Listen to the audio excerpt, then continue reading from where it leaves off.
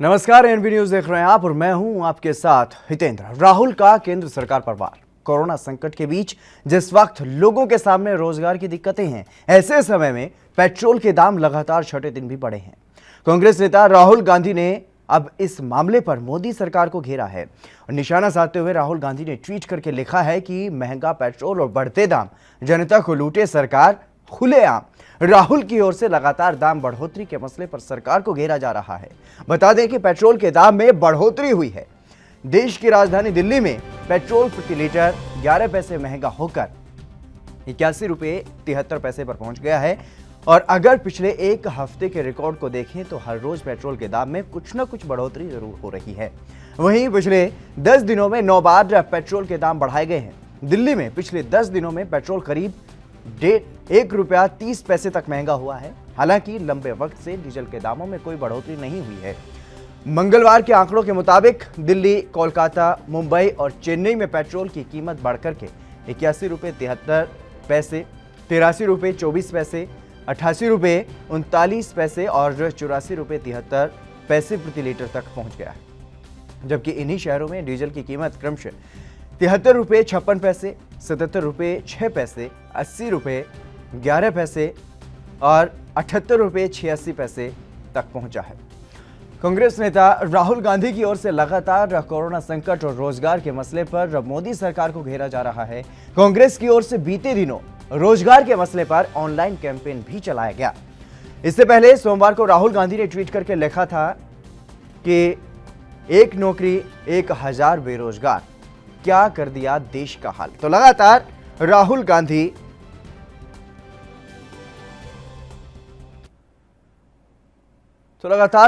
गांधी जो है वो केंद्र सरकार पर हमलावर नजर आ रहे हैं। और इस खबर पर अधिक जानकारी के साथ हमारे संवाददाता दिल्ली से राजीव तिवारी हमारे साथ जुड़ गए हैं। राजीव, क्या कुछ जानकारी है किस तरीके से लगातार जो है वो पेट्रोल के दाम बढ़ रहे हैं? देखिए, बिल्कुल बता दें, जिस तरीके से लगातार पेट्रोल के दामों में इजाफा किया जा रहा है, पर डे के हिसाब से बात करें तो कहीं ना कहीं 16 पैसे, कभी 17 पैसे, कभी 18 पैसे, कभी 19 पैसे करके एज ए पेट्रोल के दामों में इजाफा किया जा रहा है। मगर कहीं ना कहीं ये जरूर है कि डीजल के दामों में इजाफा नहीं किया गया है। तो कहीं ना कहीं ये जरूर है कि जो ट्रांसपोर्टेशन जो सबसे ज्यादा चलता है वो ज्यादा डीजल से ज्यादा यूज होता है। मगर हाँ, एक चीज जरूरी इसमें, जब पेट्रोल का यूज किया जाता है वो लगभग प्राइवेट गाड़ियों में किया जाता है, यानी कि जो अपनी पर्सनल गाड़ियां ज्यादा हैं उन पर ज्यादा यूज किया जाता है। तो कहीं ना कहीं उसकी जो मार है वो जनता के ऊपर पड़ रही है। उसी को लेकर ही कांग्रेस पार्टी ने लगातार बीजेपी को घेरने की कोशिश की है और कहीं ना कहीं जो प्रदर्शन किया है उसके अंदर यही जताने की कोशिश की कि आम जनता पहले ही कोरोना महामारी से परेशान है, ऊपर से केंद्र सरकार उनके ऊपर भार डाल रही है और कहीं ना कहीं उसका जो कह सकते फायदा जो जनता को मिलना चाहिए था वो केंद्र सरकार ने उनको नहीं दिया है। और कहीं ना कहीं जो महंगाई की मार पड़ी है वो कहीं ना कहीं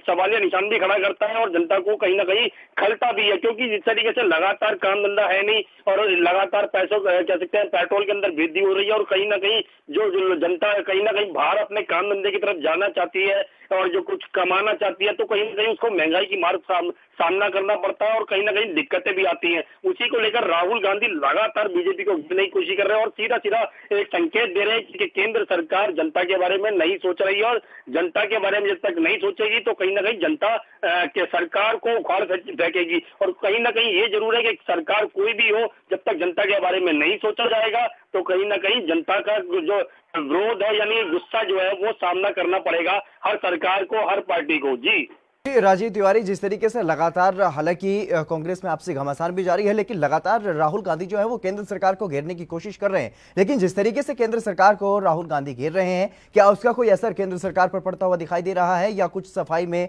केंद्र सरकार की तरफ से कोई सफाई इस पूरे मामले पर आई है?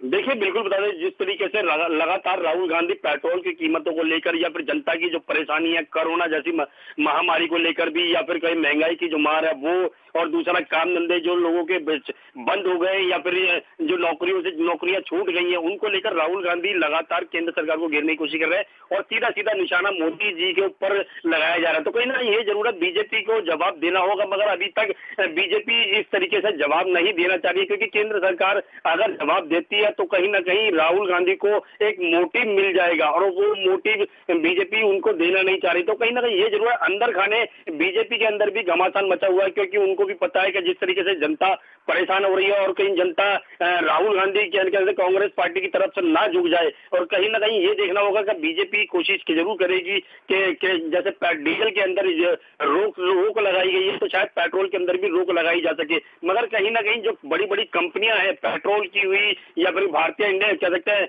इंडियन ऑयल कंपनी है या फिर भारत पेट्रोलियम कंपनी है, अभी जो फायदा पहुंच रहा है वो सीधा सीधा पेट्रोल कंपनियों को पहुंच रहा है और सरकारों को पहुंच रहा है, जाकि जनता को। कहीं ना कहीं राहुल गांधी भी उसी मुद्दे को भुनाने की कोशिश कर रहा है और इलेक्शन टाइम वैसे भी नजदीक आने वाला है और उसी को लेकर मद्देनजर रखते हुए भी कांग्रेस पार्टी लगातार उस मुद्दे को भुनाने की कोशिश कर रही है और जनता का जो झुकाव है वो अपनी तरफ करने की कोशिश कर रही है। जी, इस पूरे मामले पर जिस तरीके से पेट्रोल डीजल के दामों में लगातार इजाफा हो रहा है, खासकर अगर पेट्रोल की बात की जाए तो लगातार हर दिन जो है पैसे बढ़ाए जा रहे हैं, तो ऐसे में अब तेल कंपनियों की तरफ से क्या कुछ प्रतिक्रिया सामने आ रही है? क्या आगे भी ऐसे ही जो दाम बढ़ रहे हैं ऐसे ही क्या अंदाजा आगे भी बढ़ सकते हैं रेट? बिल्कुल सही कहा आपने। एक चीज स्पष्ट है, अभी पेट्रोल कंपनियां दाम में जो इजाफा कर रही है उसको रोकने के लिए कोई कार्य नहीं किया जा रहा है, ना तक कि केंद्र सरकार की तरफ से किया जा रहा है, ना ही राज्य सरकारों की तरफ से किया जा रहा है। और उसी को कहीं ना कहीं जनता के जेब में जो पैसा बचा हुआ है वो कहीं ना कहीं इसी माध्यम से कह सकते हैं पेट्रोल कंपनियां भी कमा रही हैं और सरकारों के पास भी जा रहा है। मगर कहीं ना कहीं ये जरूर है जनता के बारे में सोचना चाहिए, क्योंकि जनता अभी भी परेशान है। क्योंकि एक तरफ तो उन्हें कोरोना जैसी महामारी का सामना करना पड़ रहा है, डर के हमारे घरों से निकल नहीं रहे हैं, और जो निकल भी रहे हैं कहीं मजबूरी के हमारे, वो कहीं ना कहीं इस चीज महंगाई का सामना करना पड़ रहा है उनको।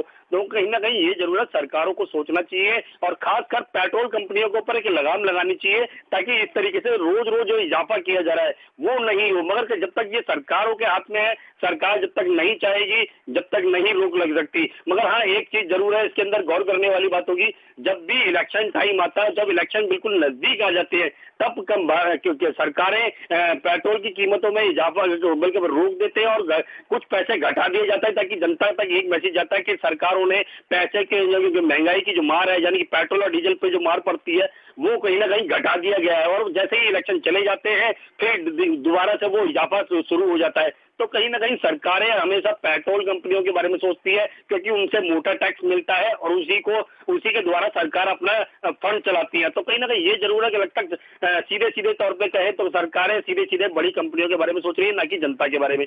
जब तक जनता वोट देती है और जनता के बारे में नहीं सोचा जाएगा तो कहीं ना कहीं दिक्कतें सरकार को ही आएंगी और उसी का फायदा शायद कांग्रेस पार्टी भी उठाना चाहती है। और अब की बार जो इलेक्शन है, अभी बिहार इलेक्शन है, तो सीधा सीधा संकेत यही जा रहा है कि कांग्रेस पार्टी उस मुद्दे को अच्छे खासे हाथ में आए हुए मुद्दे को बुलाने की पूरी कोशिश करेगी और अपने हाथ से जाने नहीं देना चाहेगी। जी, एक तरफ कोरोना महामारी की मार है राजीव, और दूसरी तरफ लगातार तेल में इजाफा जिस तरीके से तेल के दाम में हो रहा है, तो ऐसे में आम लोगों की क्या कुछ प्रतिक्रियाएं सामने आ रही हैं जिस तरीके से लगातार पेट्रोल के दामों में इजाफा हो रहा है? देखिए, बिल्कुल बता दें, जिस तरीके से हमारी जो जनता से बात हुई थी कैमरा के सामने तो कोई नहीं बोल पाया, मगर हाँ ये जरूर था कि ऑफ कैमरा जरूर जनता ने अपना गुस्सा जरूर दिखाया है और यहाँ तक कि सीधा सीधा कहा है कि सरकार उनके बारे में नहीं सोच रही, क्योंकि सरकारों के अगर जनता के बारे में सोचती तो कहीं ना कहीं जो लोगों की नौकरियां गई है या काम धंधे छूटे हैं या फिर बिजनेस बिल्कुल बंद हुआ है, उनके बारे में सोचना चाहिए। अगर जनता अभी भी परेशान है और सरकारें उनके बारे में नहीं सोच रही है और जनता को चाहिए कम से कम राहत, और वो कोरोना जैसी महामारी से भी जब भी मिलेगी और महंगाई से भी जब भी मिलेगी, जब तक सरकार कोई कड़े कदम नहीं उठाएगी। मगर कहीं ना कहीं ये जरूर है कि राहुल गांधी को एक स्पष्ट सहारा मिल चुका है इलेक्शन लड़ने का या फिर जनता तक अपनी बात पहुंचाने का। तो सीधा सीधा महंगाई का जो मुद्दा मिल रहा है वो उसको पूरी तरीके से भुनाने की कोशिश कर रही है और केंद्र सरकार को भरपूर कोशिश की जा रही है कि केंद्र सरकार को गिरा जाए और ताकि उनकी सरकार गिरे और कांग्रेस को दोबारा सत्ता में आने का मौका मिले। जी राजीव तिवारी, तमाम जानकारी देने के लिए बहुत बहुत शुक्रिया आपका। तो जिस तरीके से लगातार जो पेट्रोल डीजल के दामों में इजाफा हो रहा है उसी को लेकर के और कोरोना महामारी को लेकर के भी केंद्र सरकार पर जो है वो निशाना साध रहे हैं कांग्रेस के पूर्व अध्यक्ष राहुल गांधी और लगातार केंद्र सरकार को पूरी तरह से घेरने की कोशिश कर रहे हैं। फिलहाल रुकेंगे, छोटे से ब्रेक के लिए, जल्द हाजिर होंगे।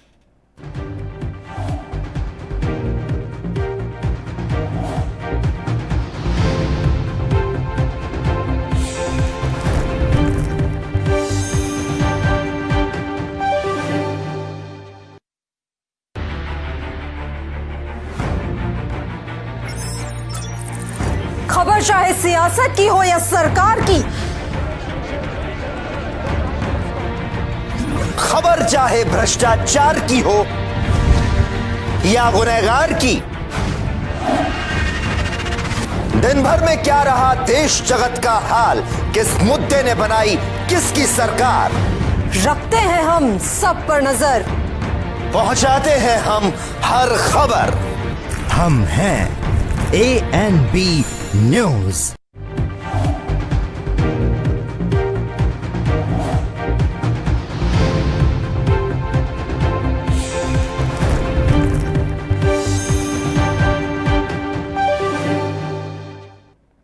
ब्रेक के बाद एक बार फिर से आप सभी का स्वागत है। हरियाणा विधानसभा सत्र कल से जो है वो शुरू हो रहा है और हरियाणा विधानसभा में एंट्री के लिए विधायकों का कोरोना टेस्ट उनके गले की फांस बन गया है। 90 सदस्यीय विधानसभा में मुख्यमंत्री मनोहर लाल खट्टर, स्पीकर ज्ञानचंद गुप्ता और परिवहन मंत्री मूलचंद शर्मा समेत 7 विधायक कोरोना पॉजिटिव अब तक आ चुके हैं। 20 विधायक ऐसे हैं जिन्होंने या तो टेस्ट नहीं करवाया है या फिर उनके टेस्ट की रिपोर्ट नहीं आई है अभी तक। डिप्टी सीएम दुष्यंत चौटाला 3 बार कोरोना टेस्ट करवा चुके हैं, जिनकी रिपोर्ट हर बार नेगेटिव आई है। मुख्यमंत्री मनोहर लाल की गैर मौजूदगी में डिप्टी सीएम दुष्यंत चौटाला ही सदन के नेता के रूप में विधानसभा की कार्रवाई का नेतृत्व करेंगे, जबकि संचालन डिप्टी स्पीकर रणवीर गंगवा के हाथों में रहेगा और विधानसभा का मानसून सत्र बुधवार दोपहर 2 बजे से शुरू होगा। सत्र शुरू होने से पहले सुबह 11 बजे विधानसभा की बिजनेस एडवाइजरी कमेटी की बैठक होनी है, जिसमें डिप्टी सीएम दुष्यंत चौटाला, गृह मंत्री अनिल विज, डिप्टी स्पीकर रणवीर गंगवा और विपक्ष के नेता और पूर्व मुख्यमंत्री भूपेंद्र सिंह हुड्डा शामिल होंगे। इस बैठक में सत्र की अवधि तय होगी, जो मात्र 1 दिन की रहने की पूरी संभावना है। जिन विधायकों ने अपने कोरोना टेस्ट नहीं करवाए हैं, उनके सदन में आने की उम्मीद नहीं है। ऐसे में सदन की कार्यवाही सिर्फ 1 दिन के लिए बुधवार को ही चलाई जा सकती है। इससे 6 माह के भीतर सत्र बुलाने की अनिवार्यता का अनुपालन भी हो सकेगा और विधानसभा की कार्रवाई भी लंबी चलने से बच सकेगी। आज सदन का कार्यवाही के संबंध में हरियाणा विधानसभा का मानसून सत्र जो है वो कल यानी कि बुधवार को होगा और इस दौरान सदन की कार्रवाई को लेकर के डिप्टी स्पीकर रणवीर गंगवा ने पत्रकारों से बातचीत भी की।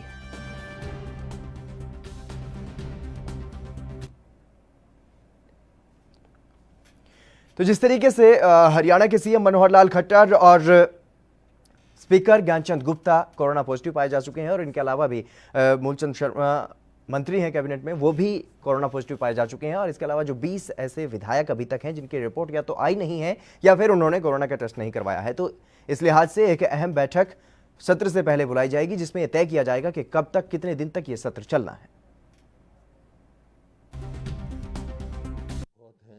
एक तो एजेंडा ये है कि ये एक के बाद एक घोटाला हो रहा है इस सरकार में और उसमें हमने बहुत सारे ध्यान आकर्षण जो एडजॉर्नमेंट मोशन दिए हैं और कॉलिंग अटेंशन दी हैं और प्राइवेट मेंबर बिल दिया है, रेजोल्यूशन पास भी किए हैं, क्योंकि उसका असर किसानों पे भी पड़ने जा रहा है और जो घोटाले हुए हैं उनका भी है।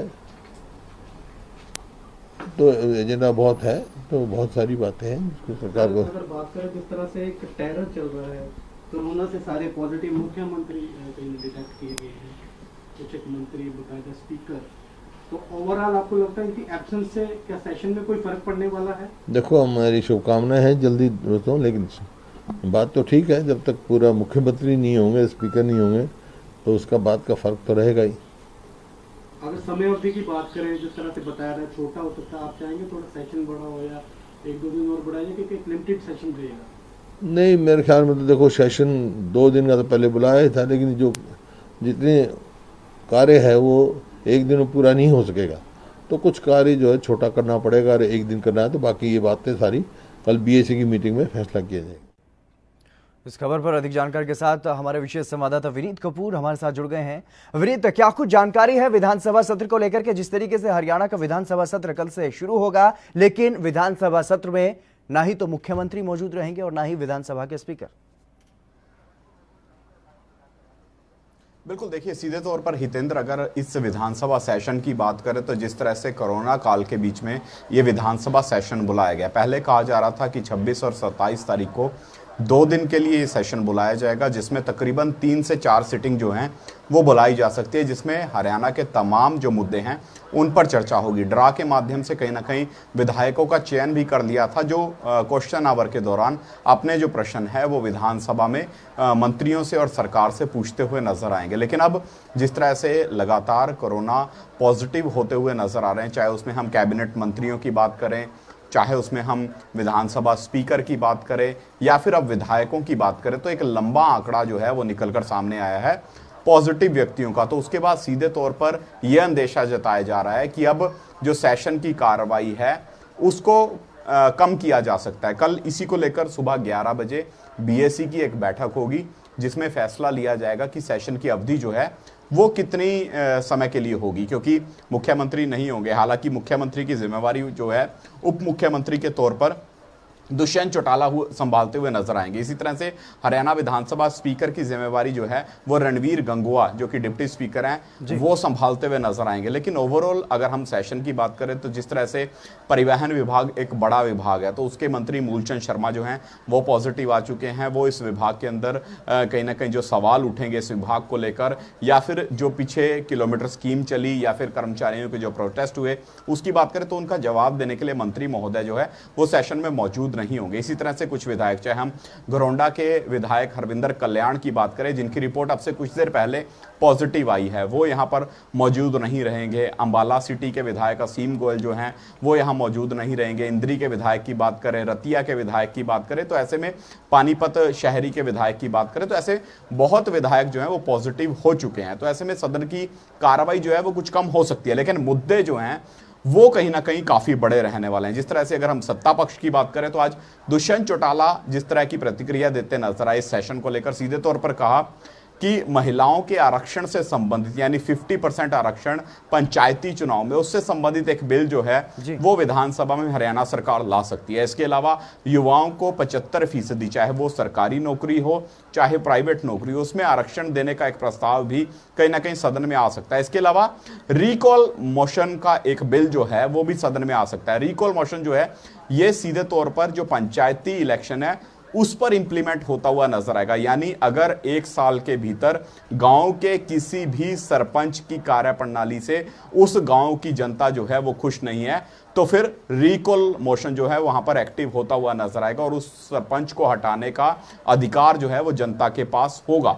तो इस तरह के कई बड़े मसौदे हैं जिन पर कहीं ना कहीं सत्ता पक्ष जो है वो कहीं ना कहीं बिल लाती हुई नजर आएगी। लेकिन विपक्ष की बात करें, धान घोटाले की बात करें, बिगड़ती लॉ एंड ऑर्डर की सिचुएशन की बात करें, दादूपुर नलवी लिंक नहर को डी नोटिफाई करने के मसले की बात करें या अन्य कई मसलों की बात करें, उनको लेकर विपक्ष जो है कॉल अटेंशन मोशन भी विधानसभा के पटल पर ला सकती है, काम रोको प्रस्ताव भी विधानसभा के पटल पर ला सकती है। यानी अगर 1 दिन की कार्रवाई भी सेशन की चलती है तब भी ये जो पूरा का पूरा सेशन है हंगामेदार रह सकता है, क्योंकि सीधे तौर पर कांग्रेस ने एक बड़ी रणनीति तैयार की और इसी को लेकर आज कांग्रेस सीएलपी की भी एक बैठक हुई थी, यानी विधायक दल की बैठक हुई थी, जिसमें प्रॉपर रणनीति बनाई गई है। कल सेशन की कार्रवाई सुबह पहले बीएससी की मीटिंग होगी, उसके बाद सेशन की कार्रवाई शुरू होती नजर आएगी। तो देखने वाली बात रहेगी कि इस बार विपक्ष किस रवैये के साथ सेशन में पहुंचता है और सत्ता पक्ष विपक्ष के उस रवैये का किस ढंग से जवाब देता हुआ नजर आता है। जी हितेंद्र। जी विनीत, जिस तरीके से लगातार जो घोटाले पिछले काफी समय से विपक्ष उजागर करता रहा है, क्या उन सभी घोटालों पर चर्चा की जा सकती है? क्योंकि जिस तरीके से भूपेंद्र सिंह हुड्डा अभी हम सुन रहे थे, वो कह रहे थे कि जब सीएम और स्पीकर ही विधानसभा सत्र में मौजूद नहीं रहेंगे तो कहीं ना कहीं विधानसभा का जो सत्र बुलाया जा रहा है वो हल्का इस बार नजर आने वाला है। बिल्कुल हल्का सत्र रहेगा, क्योंकि समय जो है वो भी कम किया जा सकता है, विपक्ष के विधायकों को बोलने का समय भी कम दिया जा सकता है, प्रश्नकाल जो है उसकी अवधि भी घटाई जा सकती है। तो ऐसे में 2 सिटिंग के अंदर हरियाणा के सभी मसलों पर चर्चा नहीं हो सकती, चाहे उसमें हम धान घोटाले की बात करें, चाहे बिगड़ती लॉ एंड ऑर्डर की सिचुएशन की बात करें, चाहे प्रदेश में बढ़ते हम जो नशे का ग्राफ है उसकी बात करें, चाहे हम रजिस्ट्रियों के नाम पर हो रहे घोटाले की बात करें या शराब घोटाले की बात करें। तो ऐसे में विपक्ष के पास इस वक्त मुद्दे बहुत से हैं, लेकिन उन पर चर्चा कितने समय के लिए होगी ये कहना मुश्किल हो पा रहा है, क्योंकि कल बीएसी की मीटिंग है, उसमें फैसला हो पाएगा कि क्या सेशन की कार्रवाई को 2 दिन तक चलाया जाएगा या एक दिन में ही 2 सिटिंग करके इस सेशन की कार्रवाई को यहीं पर स्थगित कर दिया जाएगा और उसके बाद दोबारा सेशन बुलाया जाएगा जब ये कोरोना की महामारी जो है वो खत्म होती हुई नजर आती है। बहरहाल मुद्दे बहुत से हैं और विपक्ष ने भी रवैया साफ कर दिया है कि इस बार आक्रामक रहने वाला है उनका रुख, लेकिन सत्ता पक्ष किस ढंग से इस विपक्ष को निपटता है ये बड़ा सवाल है। मुख्यमंत्री सेशन के अंदर मौजूद नहीं होंगे, हालांकि डिप्टी सीएम के तौर पर जरूर दुष्यंत चौटाला सेशन की कार्रवाई को संभालते हुए नजर आएंगे, लेकिन मुख्यमंत्री की एब्सेंस जो है वो भाजपा धड़े को कितनी खलती है ये बड़ा सवाल बनता हुआ नजर आ रहा है। जी, क्या कोरोना महामारी पर भी कोई सवाल विपक्ष की तरफ से क्या सरकार को घेरने की कोशिश बनाई गई है, क्योंकि जिस तरीके से लगातार कोरोना महामारी भी लगातार पैर पसार रही है हरियाणा में? बिल्कुल, देखिए बिल्कुल हितेंद्र, एक बड़ा मुद्दा निकलकर सामने आया है कि हरियाणा के जब मुख्यमंत्री पॉजिटिव हुए, पंचकुला में उनका रिपोर्ट कहीं ना कहीं करवाई गई, उनका टेस्ट पंचकुला की लेबोरेटरी से पॉजिटिव आया, तो उससे ऐसे में मुख्यमंत्री चंडीगढ़ से इतना बड़ा सफर तय करके मेदांता मेडिसिटी में अपना इलाज करवाने के लिए गुरुग्राम जाते हैं। उसके तुरंत बाद आज सुबह ज्ञानचंद गुप्ता जो हैं वो भी पंचकुला अस्पताल से अपना इलाज नहीं कराते बल्कि मेदांता मेडिसिटी से अपना इलाज करवाते हैं। तो जिस स्वास्थ्य सेवाओं का हरियाणा के अंदर हवाला दिया जा रहा है, जिसके बारे में कहा जा रहा है कि स्वास्थ्य सेवाएं जो हैं हरियाणा में बहुत बेहतर हैं, और हरियाणा के पंचकुला की बात करें तो पंचकुला का जो अस्पताल है उसको मिनी पीजीआई कहा जाता है। तो ऐसे में इस अस्पताल में मुख्यमंत्री से लेकर जो विधानसभा अध्यक्ष हैं क्यों अपना इलाज नहीं करवाते, क्यों इलाज करवाने के लिए तकरीबन 250 किलोमीटर का सफर तय करके गुरुग्राम जाते हैं। तो इस मसले को लेकर जरूर विपक्ष जो है सत्ता पक्ष को घेरता हुआ नजर आएगा। इसके अलावा कहीं ना कहीं कोरोना जी विनीत, इस बीच हमारे साथ गीता भुक्कल कांग्रेस से हमारे साथ जुड़ गए हैं। गीता जी, आपका स्वागत है एनबी न्यूज पर। जी बहुत धन्यवाद जी गीता जी, किस तरीके की तैयारी है विधानसभा सत्र को लेकर के? हालांकि जिस तरीके से CM Manohar Lal Khattar corona positive पाए जा चुके हैं, विधानसभा के स्पीकर भी कोरोना पॉजिटिव पाए जा चुके हैं, ऐसे में आशंका है कि विधानसभा सत्र एक दिन के लिए ही चल सकता है, लेकिन एक दिन के लिए भी क्या कुछ आपका जो आक्रामक रवैया रहने वाला है, किस तरीके से सरकार को घेरने की कोशिश की जाएगी? देखिए, कांग्रेस पार्टी की पूरी तरह से तैयारी है और बहुत सारे ऐसे मुद्दे, चाहे वो हमारे किसानों से जुड़े हुए मुद्दे हैं, उनके फ्री ऑर्डिनेंस हमारे लेकर आए हैं, लॉ एंड ऑर्डर है, कोविड की आड़ में जिस प्रकार से घपले घोटाले हुए हैं, रजिस्ट्री घोटाला हुआ है, शराब घोटाला, खनन घोटाला हुआ है, जिसके लिए हमने उपायुक्तों के माध्यम से राज्यपाल महोदय को ऑलरेडी ज्ञापन भी सौंपा। इन सब चीजों से पहले, सबसे पहले तो मैं हमारे प्रदेश के मुख्यमंत्री जी और स्पीकर साहब जो कोरोना पॉजिटिव पाए गए हैं, हम उनके जल्दी स्वास्थ्य की कामना करते हैं। जो भी साथी, क्योंकि एक कोविड एक ऐसी वैश्विक महामारी है जिससे पूरा हमारा प्रदेश ही, देश नहीं, पूरा विश्व जो है इस समय त्रस्त है। ऐसे में विधानसभा का सत्र हो रहा है और कोरोना के काफी सारे हमारे साथी पॉजिटिव पाए गए। सबसे पहले तो उम्मीद करते हैं वो जल्दी से जल्दी स्वस्थ हो जाएं और उसके बाद हम स्वस्थ परंपरा को अपनाते हुए जो हमारी भूमिका है एक विपक्ष के तौर पर, एक मजबूत विपक्ष के तौर पर आदरणीय चौधरी भूपेंद्र सिंह हुड्डा जी के नेतृत्व में, जो कि हमारे सीएलपी लीडर हैं, लीडर ऑफ ऑपोजिशन है, और आज हमारी पार्टी की अध्यक्षा बहन कुमारी शैलजा जी के नेतृत्व में हमारी सीएलपी की मीटिंग हुई। उसमें बहुत सारे ऐसे मुद्दे जो कि आम जनमानस से जुड़े हुए हैं कि कोरोना की आड़ में सरकार क्या क्या करती जा रही है। कोरोना की आड़ में आप बच्चे जो है हमारे डिप्रेशन में आ गए, आप क्लियर कट बता नहीं पा रहे हैं कि आप उनको कब पास कर देंगे या कब क्लासेस लगाएंगे या कब आप उनको स्मार्टफोन देंगे, या जो हमारा माइग्रेटरी लेबर, ऑफिशियल आंकड़े बताते हैं कि 8.5 लाख से ज्यादा माइग्रेटरी लेबर हमारा प्रदेश छोड़कर जा चुका है, जो कि हमारी अर्थव्यवस्था की धुरी था, अर्थव्यवस्था की रीढ़ की हड्डी था।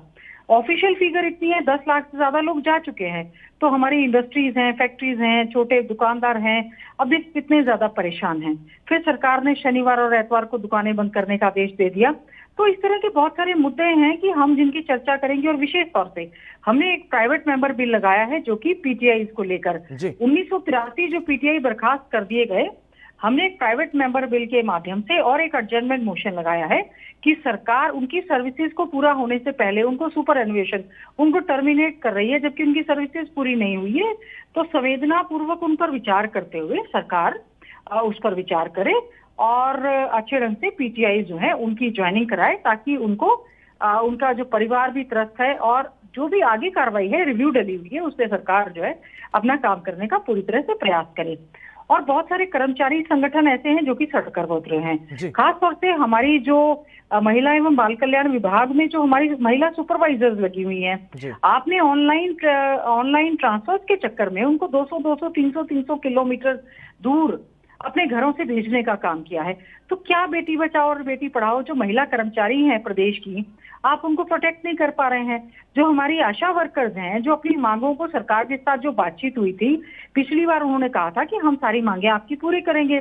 आज भी हमारी आशा वर्कर्स जो कि खुद भी कोरोना वॉरियर हैं, उन्होंने बहुत अच्छा कोविड-19 के इस दौर में जो है अच्छी सेवाएं दी हैं, उनके मांग पत्र हैं। हमारी मिड डे मील वर्कर्स हैं, उनके मांग पत्र हैं। हमारे बहुत सारे ग्रुप डी के 1500 के करीब ऐसे छात्र हैं जिनको ग्रुप डी की स्पोर्ट्स के कोटे में ज्वाइनिंग दे दी गई थी, उनको रिट्रेंच कर रहे हैं। तो हमारा सरकार से केवल जानना ये है, ठीक है कोरोना है, सत्र छोटा होगा, लेकिन अभी तक देखिए 9:30 बजने वाले हैं। हम विधायकों को ना अभी तक कल के लगने वाले प्रश्न मिले हैं, ना अभी तक हमें क्या कॉल अटेंशन लगेगा, क्या एडजर्नमेंट मोशन लगेगा। सरकार तो कोरोना की आड़ में सोचती है यस नो करके सारे बिल पास करवा दें। कांग्रेस पार्टी बिल्कुल ऐसा कतई नहीं करेगी। हर बिल पे हम चर्चा की मांग करेंगे। हम खड़े होकर कड़े तरीके से सरकार का विरोध भी करेंगे। जी गीता जी, हमारे संवाददाता विनीत कपूर आपसे कुछ सवाल लेना चाहते हैं। जी विनीत।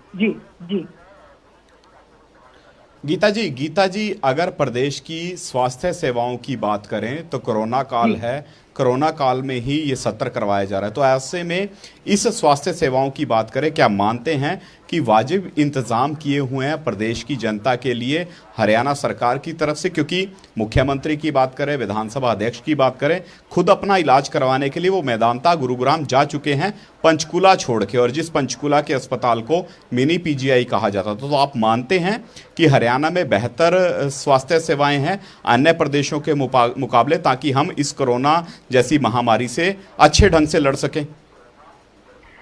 देखिए 56,000 से ज्यादा मामले आज के समय में हमारे हरियाणा प्रदेश में आ गए हैं। 630 से ज्यादा डेथ हमारे इस कोरोना काल में हो गई हैं। हमें इस चीज को लाइटली लेना ही नहीं चाहिए था। अब देखिए प्रदेश के मुख्यमंत्री हैं, कोरोना पॉजिटिव आ गए हैं, स्पीकर आ गए हैं, हमारे बहुत से विधायक साथी आ गए हैं। हम चाहते हैं वो जल्दी से स्वस्थ हो जाए, लेकिन चंडीगढ़ जो हमारी कैपिटल है, वहां पर इतना बड़ा पीजीआई चंडीगढ़ है, यहाँ पर बेहतरीन स्वास्थ्य सेवाएं हैं, पंचकुला में भी अच्छी थी। इसका मतलब कहीं ना कहीं सरकार को ये लगता है कि उनको सरकारी सुविधाओं पर विश्वास नहीं है, इसीलिए वो मैदानता गए हैं। चलिए कोई बात नहीं, कोई भी व्यक्ति कहीं भी जो है इलाज करवा सकता है, लेकिन हमें एक आम जनमानस के भी इलाज की चिंता करनी होगी कि जो वो लोग भी पॉजिटिव पाए जाते हैं, हमारे जो कोरोना वॉरियर्स हैं, हमारे जो डॉक्टर्स हैं, पुलिस के कर्मचारी हैं, या जो पैरामेडिक्स का स्टाफ है, जो सफाई कर्मचारी हैं, उनको भी हमें वेल इक्विप्ड करना चाहिए। क्योंकि गीता जी आपने बड़ा सवाल खड़ा किया, गीता जी आपने खुद बड़ा सवाल खड़ा कर दिया। हमें लगता है आप सीधे तौर पर कह रही हैं कि सरकार को अपनी स्वास्थ्य सेवाओं पर एतबार नहीं है, इसलिए वो मैदानता जा रहे हैं। यानी आम नागरिक की सुरक्षा तो उसके अपने हाथ में है। जो इकट्ठे हुए हैं, स्वास्थ्य सेवाओं पर पूरा ध्यान देना चाहिए, सैनिटाइजेशन की व्यवस्था करनी चाहिए। जी गीता बुक्कल जी, वक्त की कमी है। विनीत कपूर हमारे विशेष संवाददाता हमारे साथ जुड़े, आपका भी शुक्रिया। और गीता बुक्कल जी, आप भी हमारे साथ जुड़ी। तमाम सवाल जो सरकार से पूछे जाने हैं सत्र में, उनके बारे में गीता बुक्कल जी ने जानकारी दी है। कांग्रेस की तरफ से और हरियाणा में विपक्ष की तरफ से एक महत्वपूर्ण भूमिका जो विपक्ष की है वो निभाने के लिए कांग्रेस पार्टी कहीं ना कहीं पूरी तरह से अब तैयार है। फिलहाल इस खास पेशकश में बस इतना ही। आप बने रहिए ANP न्यूज के साथ।